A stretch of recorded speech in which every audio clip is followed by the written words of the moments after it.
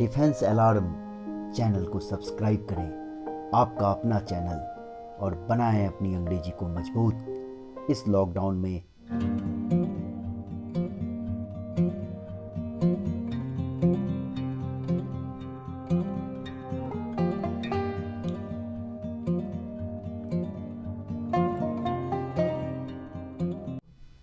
From के बारे में आपको बताने में जा रहा हूँ।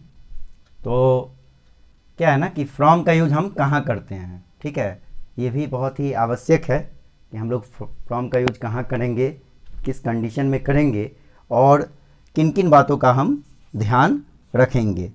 तो अब यहाँ देखिए, जैसे फ्रॉम है, it is used with a starting point of some action. मतलब कोई एक्शन है, उसका स्टार्टिंग पॉइंट यानी इनिशियल, जहाँ से किसी क्रिया की शुरुआत होती है। यानी फ्रॉम एक ऐसा प्रीपोजिशन है जो किसी एक्शन के स्टार्टिंग पॉइंट के पहले, यानी कोई एक्शन है उसके पहले फ्रॉम का यूज करेंगे, उसके स्टार्टिंग पॉइंट को हम फ्रॉम से डिनोट करेंगे। फ्रॉम प्रीपोजिशन आएगा वहां पे।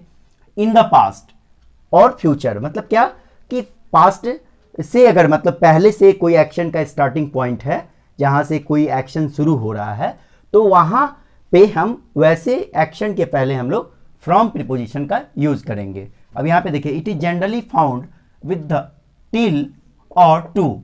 मतलब प्रायः जो है वो फ्रॉम जो है, जब भी फ्रॉम प्रीपोजिशन का यूज हम करेंगे किसी सेंटेंस में, तो वहां पे टू और फ्रॉम का भी यूज होगा, यानी विल और टू। दैट मीन्स टिल जो है और टू, इसका भी यूज हम लोग करेंगे।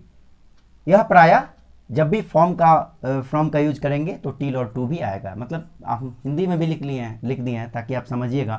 फ्रॉम से यह स्पष्ट होता है बीते हुए समय की प्रथम वह अंतिम कार्रवाई के बारे में, तथा इसके साथ टिल और टू, हम लोग नीचे टिल के बारे में पढ़ेंगे। टिल भी एक प्रीपोजिशन है और टू भी एक प्रीपोजिशन है। तो जब भी फ्रॉम का सेंटेंस में यूज करेंगे, फ्रॉम प्रीपोजिशन का जब भी सेंटेंस में यूज होगा, तो उसके साथ टिल और टू का भी प्रयोग होगा, और उससे एक एक्शन के साथ दूसरे एक्शन तक की जो कार्रवाई है, प्रथम और अंतिम जो कार्रवाई है, वहां पे हम लोग टू का यूज करेंगे। जैसे आप यहां पे देख रहे हैं ना, he works from evening till evening, he works from morning till evening, he slept from 4 PM to 6 PM। तो इस दोनों में आप देख रहे हैं ना कि जो इनिशियल एक्शन है, जो स्टार्टिंग पॉइंट है किसी एक्शन का मॉर्निंग में, तो मॉर्निंग से पहले आया, ठीक है ना, यानी स्टार्टिंग सुबह से किया, यानी इस एक्शन के बाद फ्रॉम प्रीपोजिशन आया, और फ्रॉम मॉर्निंग टिल इवनिंग। यहाँ पे देख रहे हैं टू एक प्रीपोजिशन के रूप में है यहाँ पे, और फ्रॉम भी है। तो he slept from 4 PM to 6 PM। तो यहाँ पे ये चीज क्लियर हो गया कि with starting point of some action in the past और future, and it is generally found with till और टू, ठीक है ना, यानी प्रथम और अंतिम कार्रवाई के बारे में, तथा इसके साथ टिल और टू आता है। जैसे आप दो एग्जाम्पल से भी समझ गए होंगे। He works from till morning, he works from morning till evening, he slept from 4 PM to 6 PM। अब हम लोग जरा सा टिल के बारे में जानते हैं, क्योंकि टिल ऊपर में भी आप जान रहे थे, नीचे हम इसके बारे में अच्छे से समझ जाते हैं। Till is used with negative verbs if it emphasize lateness, it is used of time the end of time. मतलब क्या कि समय के अंतिम समय, यानी कोई समय समाप्त हो रहा है, तो वहां भी हम लोग टिल का प्रयोग करते हैं। और प्रायः टिल का यूज जो है वो निगेटिव वर्ब के साथ, यानी नकारात्मक क्रिया के साथ होता है, जब इफ इट एम्फेसाइज लेटनेस, जहां पे थोड़ी सी लेटनेस पे जोर आएगा, जब एम्फेसाइज होगा, तो वैसे के निगेटिव वर्ब के साथ हम लोग टिल का यूज करते हैं। टिल एक प्रीपोजिशन है। It is used of time, मतलब द एंड ऑफ टाइम में भी हम लोग टिल का यूज करते हैं। जैसे कुछ एग्जाम्पल आप देखिए, I can not wait for you till 6 PM। मैं आपके लिए 6 बजे तक प्रतीक्षा नहीं कर सकता।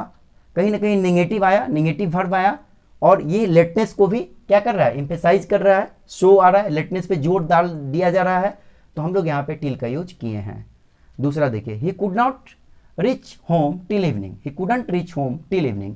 यहाँ भी आप देख रहे हैं ना कि यहाँ भी टिल का यूज हो रहा है, और निगेटिव वर्ब के साथ जब लेटनेस पे भी जोर दिया जा रहा है, if it emphasize lateness, then we have to use here till का यूज करते हैं। ही स्लेप्ट टिल 8 PM, ये एग्जाम्पल इसके लिए, it is use of time, मतलब यहाँ पे एंड ऑफ टाइम की बात हो रही है, ठीक है। और अब जब हम लोग आफ्टर और बिफोर की बात करेंगे तो जनरली आफ्टर या बिफोर का यूज़ हम लोग जेरंड के सेंस में करते हैं। जेरंड क्या होता है वो आगे क्लास में बताएंगे, अभी आप इतना जानिए कि जेरंड या किसी नाउन के इक्विवेलेंट या नाउन के साथ हम लोग जनरली आफ्टर बिफोर का यूज़ करते हैं, ठीक है। आफ्टर का मतलब कि मान लो कोई जेरंड है जहाँ ING है, आप फाइनाइट एंड फाइनाइट में जब पढ़े होंगे तो यहाँ बस है कि it is generally followed by gerund और नाउन इक्विवेलेंट। मतलब क्या कि आफ्टर बिफोर को सामान्यतः जेरंड के द्वारा भी फॉलो होता है ये प्रीपोजिशन। कुछ एग्जाम्पल से आप समझ जाएंगे, जैसे he came after hearing, hearing एक जेरंड अगर है यहाँ पे ING, he came after hearing the news of his father's death, ठीक है। उसके बाद से he left the office before informing the boss, देख रहे हैं ना, यहाँ पे बिफोर का यूज हुआ, यहाँ पे आफ्टर का यूज हुआ, और दोनों जगह पे जेरंड जो है वो आया है और जेरंड के द्वारा फॉलो हो आफ्टर और हम बिफोर का यूज करते हैं, जो आपको इस एग्जाम्पल से पता चल गया। It is generally followed by gerund और नाउन इक्विवेलेंट। तो आज की क्लास में हम लोगों ने प्रीपोजिशंस ऑफ टाइम में देखा कि कैसे हम ड्यूरिंग का यूज करते हैं, सिंस का यूज करते हैं, फॉर का यूज करते हैं, और कहीं ना कहीं हम कुछ प्रीपोजिशंस को अभी भी हमने देखा, फ्रॉम के बारे में देखा। तो आप एक्सरसाइज के थ्रू जब एक्सरसाइज बनाएंगे तो और भी आपका कॉन्सेप्ट बेहतर हो सकता है।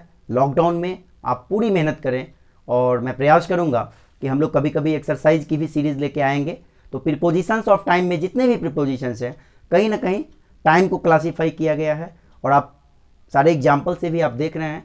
तो घर पे रहिए, सुरक्षित रहिए और अपनी अंग्रेजी को मजबूत बनाइए, डिफेंस अलार्म के साथ आइए, और मेरे चैनल को भी आप सब्सक्राइब कीजिए। और ग्रामर से रिलेटेड, लिटरेचर से रिलेटेड बहुत सारी चीज़ें आपको यहाँ पे इस लॉकडाउन में मिलेंगी।